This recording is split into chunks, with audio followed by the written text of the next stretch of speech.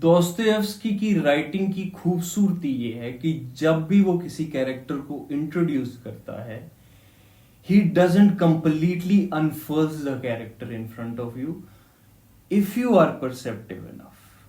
वो तुम्हारे सामने छोटे छोटे ब्रेड क्रम्स छोड़ रहा होता है, and if you are reading each and every word with lot of intrigue, तो वो ब्रेड क्रम्स तुम्हें सोचने पे मजबूर कर देंगे. एंड आज की इस वीडियो के अंदर हम एक्सप्लोर करने वाले हैं दोस्तोयेव्स्की की बुक द इडियट का मेन प्रोटैगनिस्ट प्रिंस मिश्किन. और ये वीडियो थोड़ी सी डिफरेंट होने वाली है. इसमें मैं आपके सामने कैरेक्टर का ब्रेक डाउन नहीं करने वाला हूं, बल्कि आप लोगों के साथ कैरेक्टर को एक्सप्लोर करने की कोशिश करूंगा.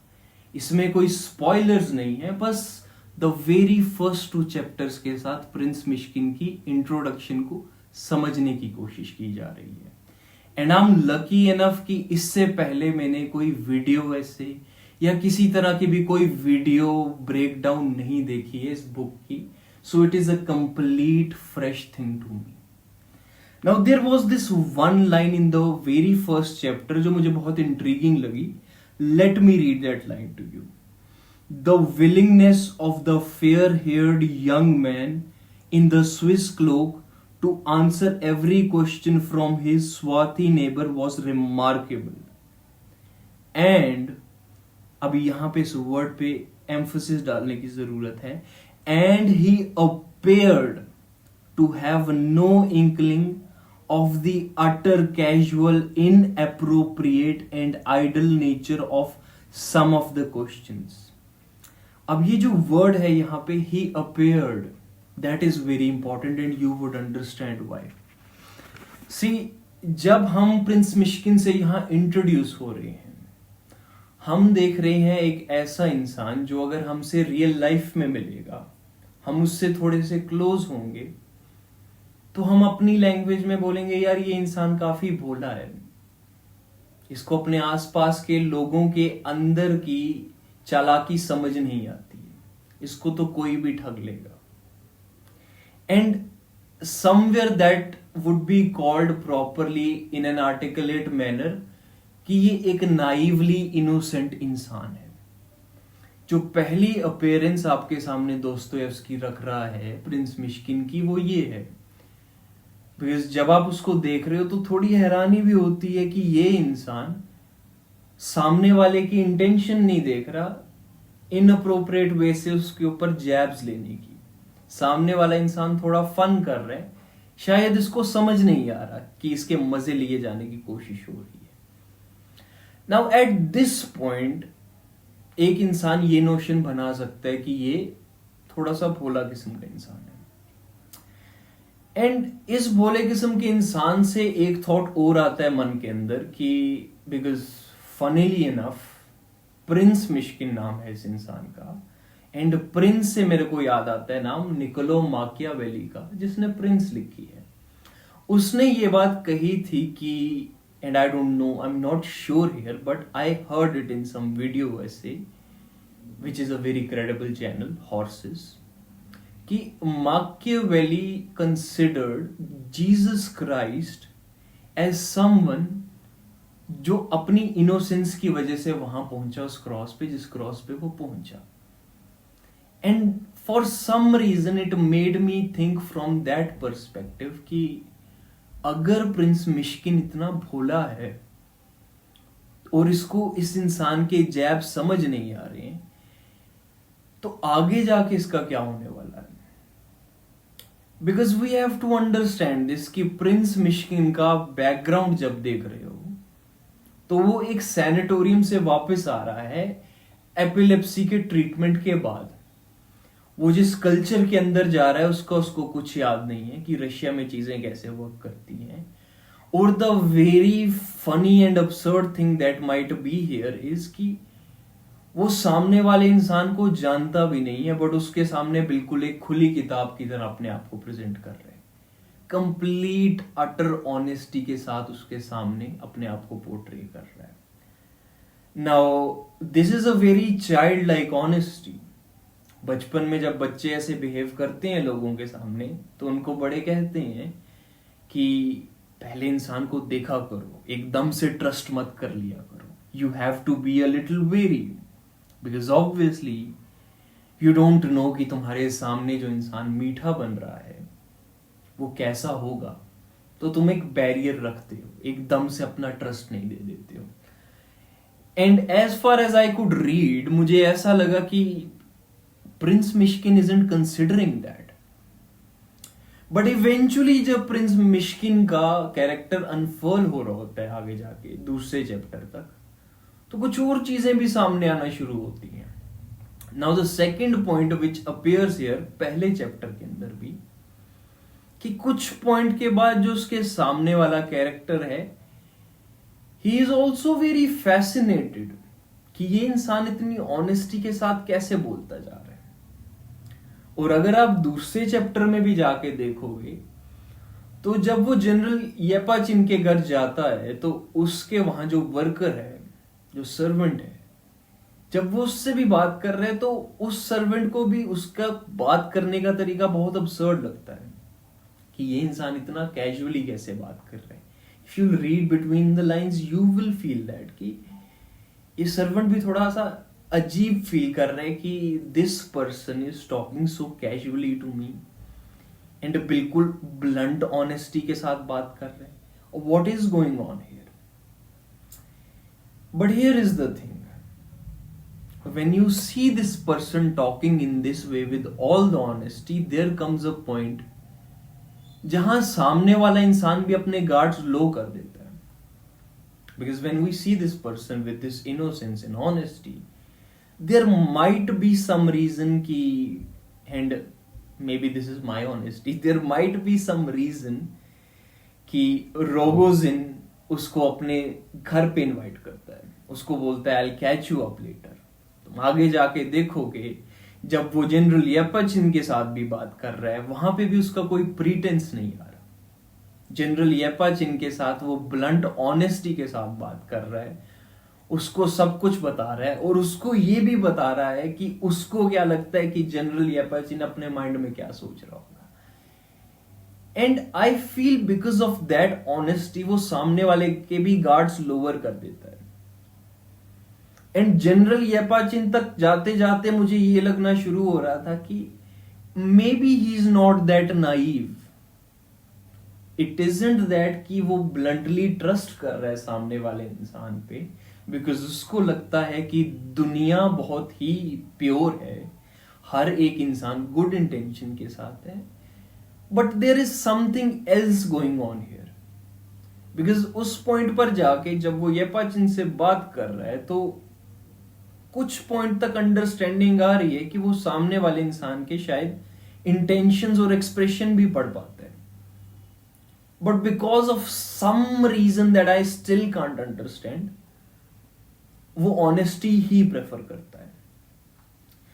Now the point here is, and it brings this thought to me, कि if we ever come across a person like Prince Myshkin, हमारा भी पहला इंस्टिंक्ट यही होगा कि ये इंसान इतना ब्लंटली ऑनेस्ट क्यों है। बट बाय द पॉइंट जब हम उसकी ऑनेस्टी को अंडरस्टैंड करना शुरू कर देंगे, and because we are living in a society जहां पे लोग प्रीटेंस के साथ चलते हैं, आफ्टर अ पॉइंट जहां पे हमें उसकी ऑनेस्टी पचना शुरू हो जाएगी, उस इंसान के साथ हम बहुत कंफर्टेबल फील करेंगे। नॉट बिकॉज हम उसके सामने ये फील कर रहे हैं कि भाई ये कोई हमारा पर्सनल पुराना दोस्त है, but there is this sense कि ये इंसान मुझे एक्सप्लॉइट नहीं करेगा बिकॉज ये ऑनेस्ट है। As far as I have read to this place, this was the thought that I got. But at the same time, in front of this person, तुम एक और चीज देखना शुरू करोगे कि इसके सामने लोग खुल भी जाते हैं, बट इसके सामने जब लोग चतुर चालाकियां करने की कोशिश करते हैं, जैसे जनरल येपाचिन करने की कोशिश कर रहा था, एंड देन जब वो देखते हैं कि इस इंसान की नजर मुझ पे पड़ रही है, वो अंदर से ही खुद कॉन्शियस हो जाते हैं, उनको अंदर से ही एक गिल्ट फील होता है, as if there is this जज that is watching me. Prince Myshkin उसको कुछ नहीं बोलता, बट स्टिल यू फील कि जब उसको ये रियलाइजेशन होती है कि प्रिंस मिश्किन उसको सुन रहा है, उसको ही अंदर से एक कॉन्शियस हर्ट होता है, गिल्ट फील होता है, एज इफ कि प्रिंस मिश्किन नहीं है, बट उसका अपना कॉन्शियस है। And I somewhere feel that is actually what Prince Mishkin is. Now I don't know आगे जाके क्या होने वाला है.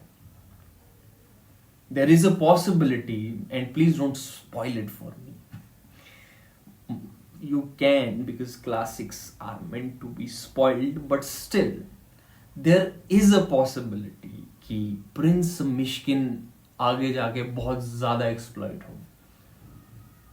And it is a very big possibility because, as I said, Niccolo Machiavelli told कि क्या मिला Christ को by being so honest, by being so helpful, cross.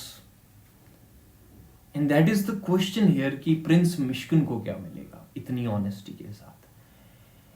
But the second question here is कि क्या इतनी honesty with innocence, that is the point here. Honesty तो बहुत बढ़िया चीज है, but honesty with innocence I feel somewhere is something that can be problematic, because so far it is a very blurry line here for me कि is Prince Mishkin just honest or he is also very innocent person जिसका कोई भी फायदा लेके जा सकते हैं.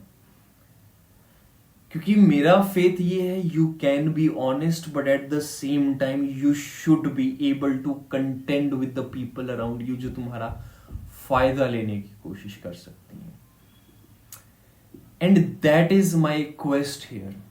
ये मेरी पहली क्यूरियोसिटी है विद दिस बुक कि what would happen to Prince Myshkin and how would Prince Myshkin behave ahead, because I can see something happening here with Gania. The way Gania was talking about Nastasia here with Prince Mishkin, और जब वो उसको पूछ रहा है would you marry a person like her, I am getting a little bit sense of what can happen here, या और भी किस तरह से Prince Mishkin को exploit किया जा सकता है. Because you can see कि Yapachin उसको बोल रहा है कि please don't carry pocket money with you. Because maybe Yapachin can see some innocence in him, जिसकी वजह से वो उसको बोलता है कि भाई तू बहुत भोला है, लोग तेरा फायदा उठा लेंगे. And that is the beauty of Dostoevsky's writing कि अगर आप उसको ध्यान से पढ़ रहे हो, अगर आप उसको सोसाइटी के साथ रिलेट कर रहे हो, और अगर आपने इतने टेक्स्ट पढ़ रखे हैं जिससे आप ये देख सको कि और क्या क्या हो सकता है, तो अपने आप ही दोस्तोयेव्स्की की राइटिंग बहुत इंट्रीगिंग हो जाती है. And that was the question with which I approached this book. And conclusive point ही मेरा यही है कि जब आप लोग मुझसे भी पूछते हो कि क्लासिक्स का बेस्ट एक्सट्रैक्शन हम कैसे कर सकते हैं, उस डेप्थ तक कैसे जा सकते हैं, the answer is this thought process itself. You have to go on some thought experiments with that book, with the word you are reading, with the character you are reading, with all the consciousness and all the engagement of your thought on the page itself. अगर तुम इतना कर सकोगे तो तुम भी पता नहीं कौन से पोर्टल्स खोल रहे होगे. एंड साथ ही साथ में जो लोग मुझसे ये भी पूछते हैं कि क्रिटिकल थिंकिंग कैसे बनानी है, ऐसे ही बनानी है. तो वीडियो पसंद आई, ये थॉट एक्सपेरिमेंट एंगेजिंग लगा तो लाइक करो ताकि और लोगों तक ये वीडियो पहुंच सके. कमेंट सेक्शन में जाके अपने विचार और अपनी करंट रीड शेयर कर सकते हो ताकि और लोग मोटिवेट हो सके टू रीड मोर. सब्सक्राइब करो for more literature and philosophy related content. And if you are interested in romantic books, with a little bit family drama, the concept of muse and artistic pursuits.